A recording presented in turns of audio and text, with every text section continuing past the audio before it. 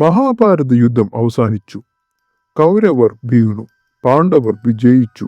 പക്ഷെ ആ യുദ്ധം അവസാനിച്ചിട്ടും ഒരാളുടെ കോപം മാത്രം അവസാനിച്ചില്ല. എല്ലാവർക്കും മിത്തോസ് മലയാളിയിലേക്ക് വീണ്ടും സ്വാഗതം. ഒരു മനുഷ്യൻ ജനിച്ച നിമിഷം മുതൽ അസാധാരണ ശക്തിയുള്ളവൻ, നെറ്റിയിൽ ദൈവികരത്നം, ശ്രീകൃഷ്ണൻ തന്നെ ശപിച്ച ആ മനുഷ്യൻ. അവൻ ഇന്നും ജീവനോടെയുണ്ടെന്ന് ഇന്ത്യയിലെ പല സ്ഥലങ്ങളിലും വിശ്വസിക്കപ്പെടുന്നു.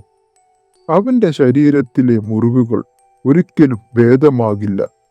മരണം അവനെ സ്പർശിക്കില്ല. ശാന്തി അവന് ലഭിക്കില്ല. അവൻ ആരാണ്? അയാളുടെ പേരാണ് അശ്വത്ഥാമ. പക്ഷേ എന്താണ് അവൻ ചെയ്തത്? സ്വയം ശ്രീകൃഷ്ണന്റെ ശാപം വാങ്ങാൻ.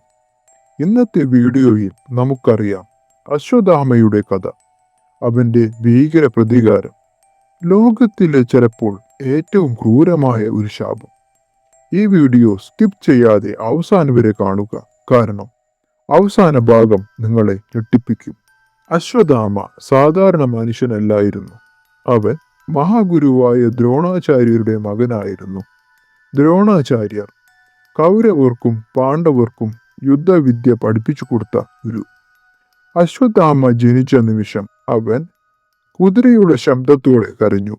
അതുകൊണ്ടാണ് അവൻ അശ്വത്ഥാമ എന്ന പേര് ലഭിച്ചത്. അശ്വം എന്നാൽ കുതിര. പക്ഷേ അതിലും വലിയൊരു രഹസ്യമുണ്ടായിരുന്നു. അവന്റെ നെറ്റിയിൽ ഒരു ദിവ്യമണിയുണ്ട്. ആ മണി അവനെ വിശപ്പിൽ നിന്ന് രക്ഷിക്കും, രോഗങ്ങളിൽ നിന്ന് രക്ഷിക്കും. ആയുധങ്ങൾ അവനെ എളുപ്പത്തിൽ കീഴ്പ്പെടുത്താനാകില്ല. ചില പുരാണങ്ങൾ പറയുന്നത് അശ്വത്ഥാമാവ് ശിവന്റെ അംശാവതാരമായിരുന്നു എന്നാണ്.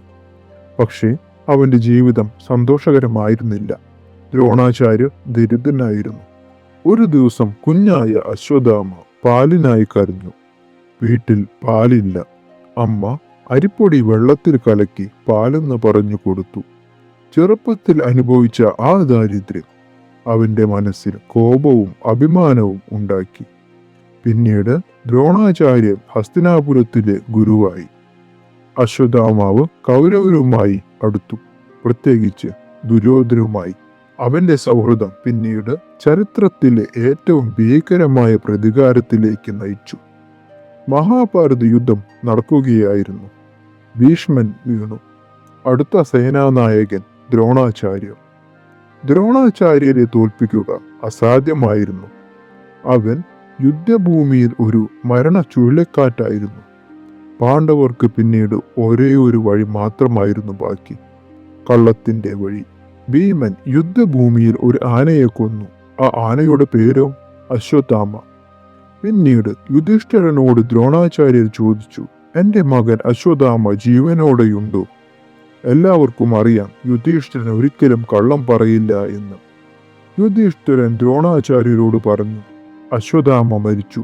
ശേഷം വളരെ പതുക്കെ പറഞ്ഞു, ആന. പക്ഷേ ആ അവസാന വാക്ക് ദ്രോണാചാര്യർക്ക് കേൾക്കാനായില്ല. ദ്രോണാചാര്യർ തകർന്നു. മകന്റെ മരണം വിശ്വസിച്ച് അവൻ ആയുധം ഉപേക്ഷിച്ചു, ധ്യാനത്തിലായി. അതേ നിമിഷം ദൃഷ്ടദ്യുമ്നൻ എത്തി. നിരായുധനായ ദ്രോണാചാര്യരുടെ തല വെട്ടിമാറ്റി. ആ വാർത്ത കേട്ടപ്പോൾ അശ്വത്ഥാമാവിന്റെ ഉള്ളിൽ എന്തോ മരിച്ചു. അവൻ ഇനി യോദ്ധാവല്ലായിരുന്നു. അവൻ പ്രതികാരദാഹിയായി മാറി. മഹാഭാരത യുദ്ധം അവസാനിച്ചു. കൗരവർ പരാജയപ്പെട്ടു. ദുര്യോധനൻ മരണശൈലിയിൽ കിടക്കുന്നു. അപ്പോൾ അശ്വത്ഥാമ അവനെ കാണാനെത്തി. ദുര്യോധനൻ പറഞ്ഞു, എല്ലാം അവസാനിച്ചു. പക്ഷേ അശ്വത്ഥാമയ്ക്ക് അത് അംഗീകരിക്കാൻ കഴിഞ്ഞില്ല. ആ രാത്രിയിൽ അവൻ ഒരു തീരുമാനമെടുത്തു. ലോകം എന്നും ഓർക്കുന്ന ഒരു ഭീകര തീരുമാനം. അവൻ രാത്രി പാണ്ഡവരുടെ ക്യാമ്പിലേക്ക് കടന്നു. എല്ലാവരും ഉറക്കത്തിലായിരുന്നു. ആദ്യം അവൻ ദൃഷ്ടദ്യുമ്നനെ കൊന്നു. പിന്നീട് അവിടെ കിടക്കുന്ന 5 പേരെയും അവൻ കൊന്നു. അവൻ കരുതിയത് അവർ പാണ്ഡവർ ആയിരിക്കും എന്നാണ്.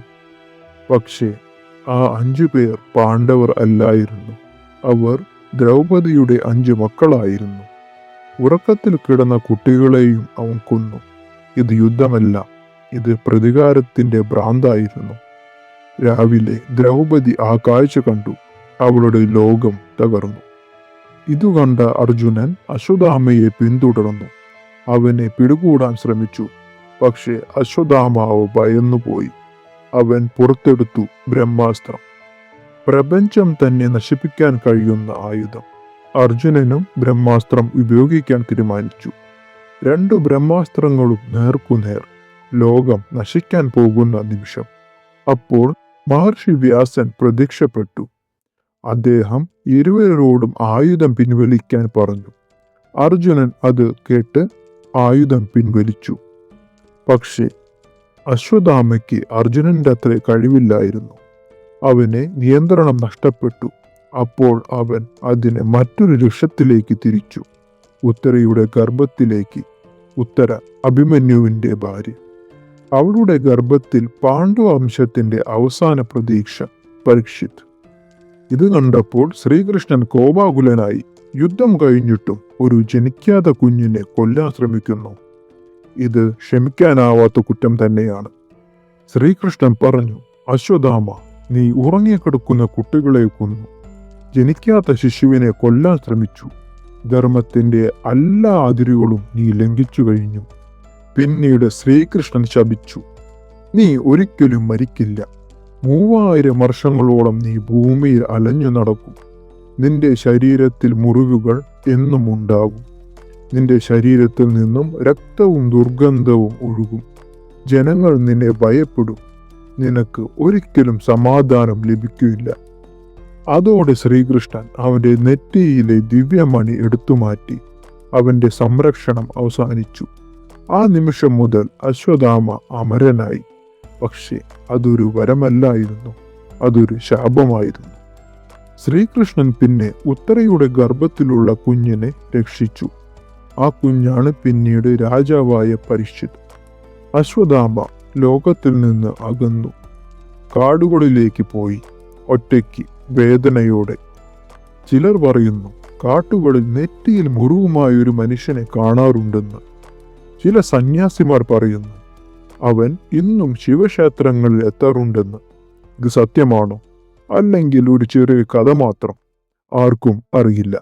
പക്ഷെ ഒരു കാര്യം ഉറപ്പാണ്, മഹാഭാരതത്തിലെ ഏറ്റവും ഭീകരമായ വിധി മരണമല്ലായിരുന്നു.